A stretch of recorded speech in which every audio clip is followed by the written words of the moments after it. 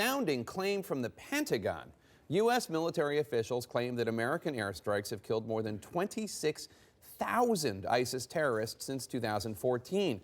Despite the apparent battlefield successes, there is growing concern about ISIS expanding throughout Europe, North Africa, and Afghanistan. Let's get right to CNN's chief national security correspondent, Jim Sciutto. Jim, 26,000 is a lot of dead bodies. How can the Pentagon claim that they know how many people they've killed, and how can they be sure that every one of the 26,000 was an actual terrorist? Well, the short answer on both is they can't be certain. I mean, these are estimates. They're based on intelligence and surveillance, and neither is perfect. The U.S. Intelligence Committee, it's still comfortable with the estimate. However, it's also becoming more comfortable with saying so in public, with the Deputy Defense Secretary telling reporters just a couple of days ago, and this is a quote, "It sucks to be ISIS."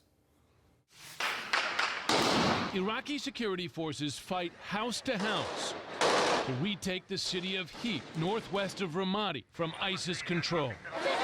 As thousands of residents flee the violence, Iraqi forces expect to rid the city of the terror group within days. One victory against ISIS among many the U.S.-led coalition is now claiming. A year and a half ago, we saw images of ISIL convoys moving freely into Mosul and throughout Iraq. Those days are gone. Our enemy has been weakened, and we are now working to fracture him. ISIS says the U.S. military has lost more than 40% of its territory in Iraq and Syria, and millions of dollars in money blown up by coalition airstrikes. Pentagon also claims more than 26,000 fighters, including several senior leaders, have been killed. U.S. officials say that ISIS's fighting force is now at its smallest since monitoring began in 2014.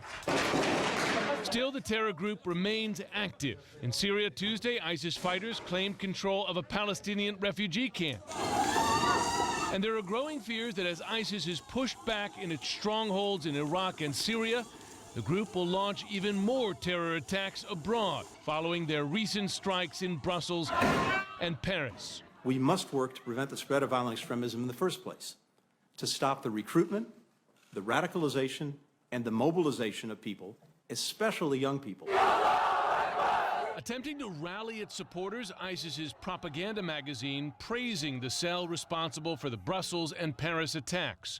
Mohammed Belkhaid, the alleged European ringleader, is showcased in combat gear, holding a bloody knife. The magazine says Najim Lashrawi, who blew himself up at the Brussels airport, built the bombs for both attacks, and gives credit to the El-Bakrawi brothers for gathering the weapons and explosives. Claims consistent with what investigators have told CNN. Though Dabiq magazine's claims are consistent with CNN's reporting, there are concerns among U.S. and European intelligence officials that ISIS is showering praise on the terrorists already captured or killed, so they may be attempting to cover for other cell members who are still on the run. European authorities believe they have largely dismantled this cell, but as we've said many times before, what they do know is that there are many other cells out there. And clearly a decision by the Pentagon to try to be more assertive in terms of denigrating by mouth ISIS and claiming more successes, even though, as you and I have discussed in the past, generally the Pentagon doesn't like to give body counts. I mean, clearly there's a perception in the administration that they haven't been getting credit for their successes, and I'm sure you've heard that, so they're being more public. But in terms of those numbers, I mean, we've seen this go back and forth in the military. The Vietnam War, they were very big on body counts that proved to be militarily insignificant in terms of actually winning that war. And then in Iraq, we saw them kind of go back and forth. Early on, they were into it, then they stopped doing it, and they were doing it again. So, you know, this is one of those decisions that they go back and forth on. But one thing that is consistent throughout history is military, at least recent military history, is that a big body count doesn't necessarily equal victory, and that's the risk. And it's not necessarily a number that's accurate. Right. Jim Sciutto, thanks so much.